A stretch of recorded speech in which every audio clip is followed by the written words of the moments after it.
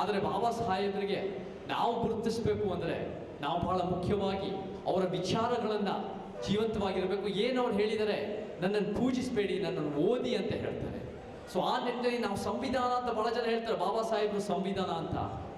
ಬಾಬಾ ಸಾಹೇಬರು ವಿಚಾರ ನಾವು ನೋಡಿದ್ರೆ, ಬಾಬಾ ಸಾಹೇಬರು ಒಂದು ಸಂವಿಧಾನ ಅಲ್ಲ, ಆರಾಮಾಗಿ 100 ಸಂವಿಧಾನ ಬರೆಯೋ ಸಾಮರ್ಥ್ಯ ಇರೋ ಮನುಷ್ಯ. ಒಂದು ಹೇಳ್ತೀನಿ, ಈ ಸಂವಿಧಾನ ಬರೆದಾಗ ಬಾಬಾ ಸಾಹೇಬರು ಬಹಳ ಇಕ್ಕಟ್ಟಲ್ಲಿ ಬರೀತಾರೆ. ಯಾಕಂದ್ರೆ ಆ ಸಂದರ್ಭದಲ್ಲಿ ಬಹಳ ಜನ ಸೈದ್ಧಾಂತಿಕ, ಅವರಿಗೆ ಭಿನ್ನ ಅಭಿಪ್ರಾಯ ಇರೋ ಜನ ಇರ್ತಾರೆ. ಬ್ರಹ್ಮ ಸಮಾಜಸ್ಸು, ಆರ್ಯ ಸಮಾಜಸ್ಸು, ಕಮ್ಯುನಿಸ್ಟು, ಕಾಂಗ್ರೆಸ್ಸು, ಚಿಗುರ್ತಿರ ಹಿಂದುತ್ವವಾದಿಗಳು, ಸಮಾಜವಾದಿಗಳು, ಎಂಥವ್ರು ಜನ ಇರ್ತಾರೆ. ಆದರೆ ಬಾಬಾ ಸಾಹೇಬರು ಅವರ ನಿಲುವು ಸ್ಪಷ್ಟವಾಗಿ ಬರ್ತಾರೆ. ಆದರೆ ಅವ್ರಿಗೆ ಸಂಪೂರ್ಣವಾಗಿ ತೃಪ್ತಿ ಇರಲ್ಲ ಸಂವಿಧಾನದಲ್ಲಿ.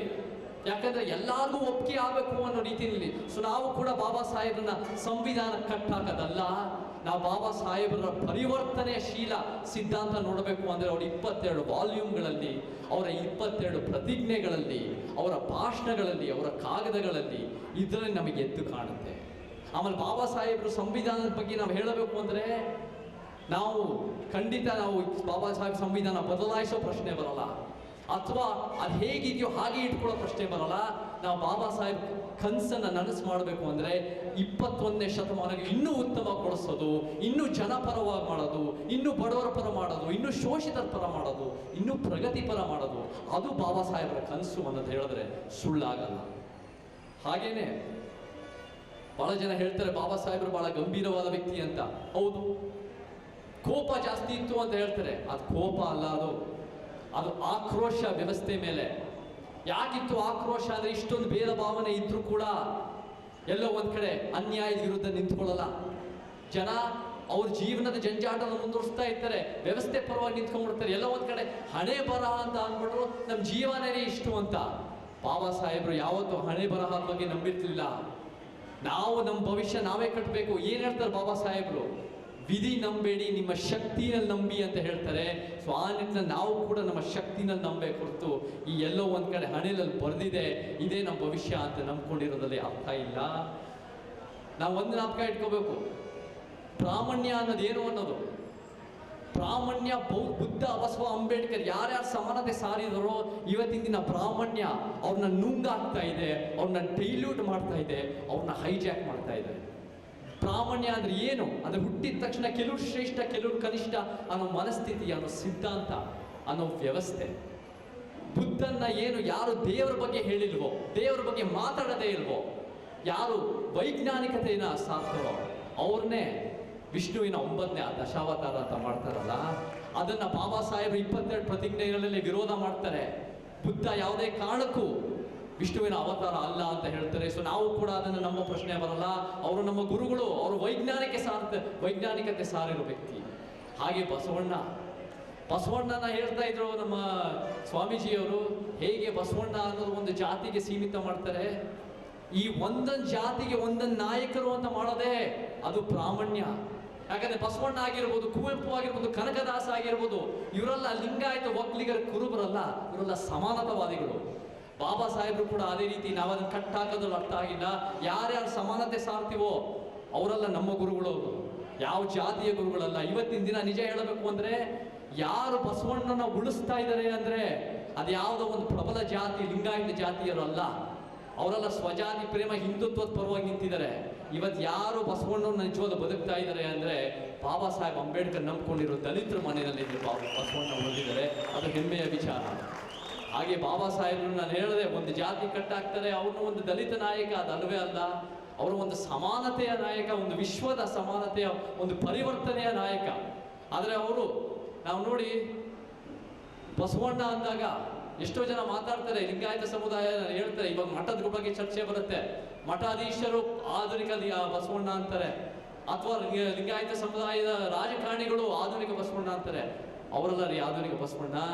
ಯಾರಾದರೂ ಆಧುನಿಕ ಬಸವಣ್ಣ ಇದರದ ಹೆಮ್ಮೆಯಿಂದ ಹೇಳ್ತೀವಿ, ಅದು ನಮ್ಮ ಬಾಬಾ ಸಾಹೇಬ್ ಅಂಬೇಡ್ಕರ್ ಅನ್ನೋದು.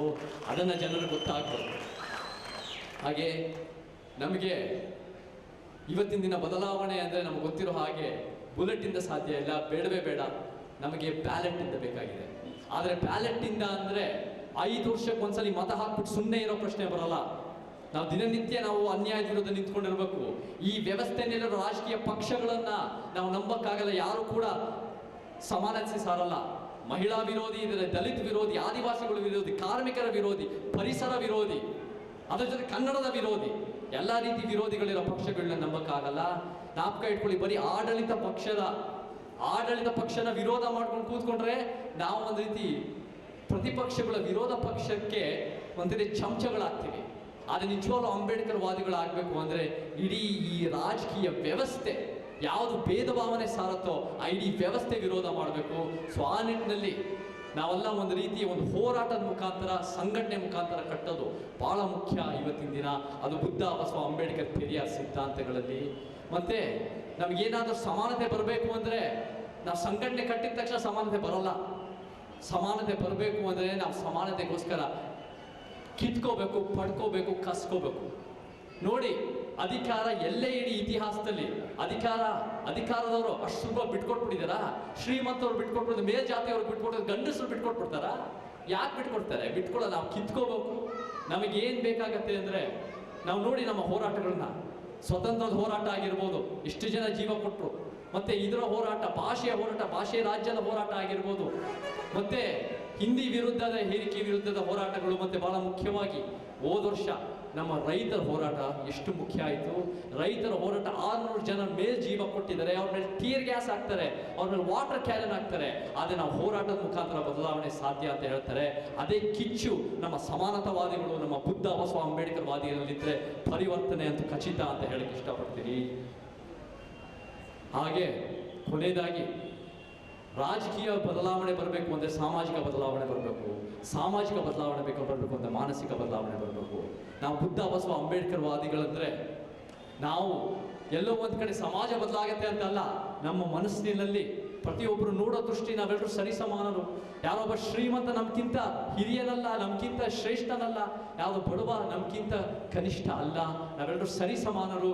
ಈ ಒಂದು ಕೊಳಕು ಭೇದ ಭಾವನೆಯ ವ್ಯವಸ್ಥೆ ಯಾವ ಕಾರಣಕ್ಕೂ ಪಾಪ ಪುಣ್ಯ ಅಲ್ಲವೇ ಅಲ್ಲ. ಭೇದ ಭಾವನ ವ್ಯವಸ್ಥೆಯಿಂದ ಈ ಭೇದ ಭಾವನೆ ಆಗಿದೆ. ಅದನ್ನು ನಾವು ಸರಿಪಡಿಸ್ಬೇಕು, ಅದನ್ನು ತಿದ್ದಬೇಕು.